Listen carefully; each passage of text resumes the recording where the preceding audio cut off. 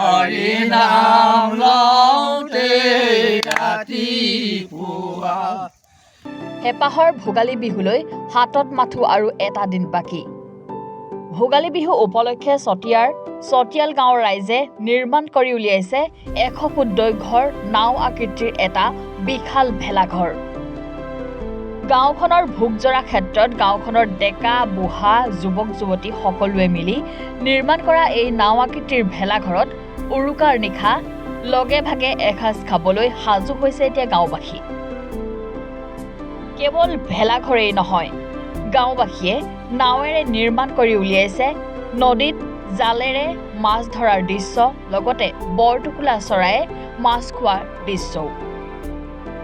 প্ৰায় 15 দিন ধৰি নিৰ্মাণ কৰাৰ অন্তত চতিয়াল গাঁৱৰ ৰাইজে ইতিমধ্যে সম্পূৰ্ণ ৰূপত তৈয়াৰ কৰি উলিওৱা এই নাও সদৃশ ভেলাঘৰ এতিয়া সকলোৰে বাবে দৃষ্টি আকৰ্ষণ হৈছে।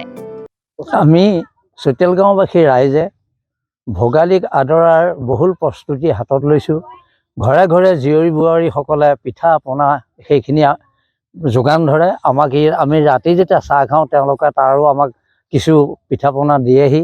আৰু লগতে গোটেই গাঁওখনৰ মানে কৃষিপ্ৰধান গাঁও এইখন, কৃষিৰ ক্ষেত্ৰ শেষ কৰি আহিয়েই সম্পূৰ্ণভাৱে আমি জড়িত হৈ পৰোঁ। বিশেষকৈ আমাৰ ভোগালী পথাৰত মানে মেজি ঘৰৰ যিটো আমাৰ মাদকতা, গোটেই মানুহখিনি একেবাৰে উপৰি মানে বুঢ়া বৃদ্ধ কণ কণ মইনা ভণ্টি গোটেইখিনি আহি পেলাই আমাৰ ইয়াত আমাক সহায় কৰে। আই মাতৃসকলে নৰা কাটি পেলাই তেখেতসকলে শ্ৰমদান কৰি পেলাই আমাক নৰা যোগান ধৰিছে। আৰু যুৱকসকলে ইমান শীতৰ সেমেকা ৰাতিও একে দিনে ৰাতিয়ে অহৰ্নিশে মানে লাগি কাম বনখিনি কৰি ৰাইজক বহুতখিনি সহায় কৰিছে। আৰু ইয়াৰ পৰাই আমি বিচাৰিছোঁ যে অসমৰ প্ৰতিখন গাঁৱলৈ যেন ইয়াৰ খবৰ যাওক যে ব্যতিক্ৰমী ৰূপত চতিয়াল গাঁৱে আজি 2007 চনৰ পৰা আমি আজিলৈকে খামুচি ধৰি আছোঁ আমাৰ মাঘ বিহুটোক আমি এখন বিশাল নাৱৰ আয়োজন কৰা হৈছে।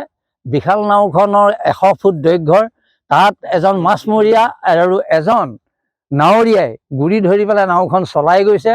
বিভিন্ন জাল পল জকাই জুলুকি যিমান য'ত আছে বৰটোকোলাই মাছ খাই আছে, সেয়াও আমি ইয়াত প্ৰদৰ্শন কৰিছোঁ। আহক সকলোৱে মিলি জুলি আমাৰ এই অনুষ্ঠান ভাগত সঁহাৰি দিয়ক।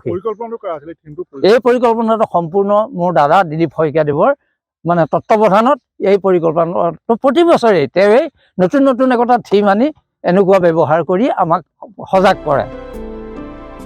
চতিয়াৰ পৰা শ্বাহিদুল ইছলামৰ ৰিপৰ্ট, এনি ভাৰত 24।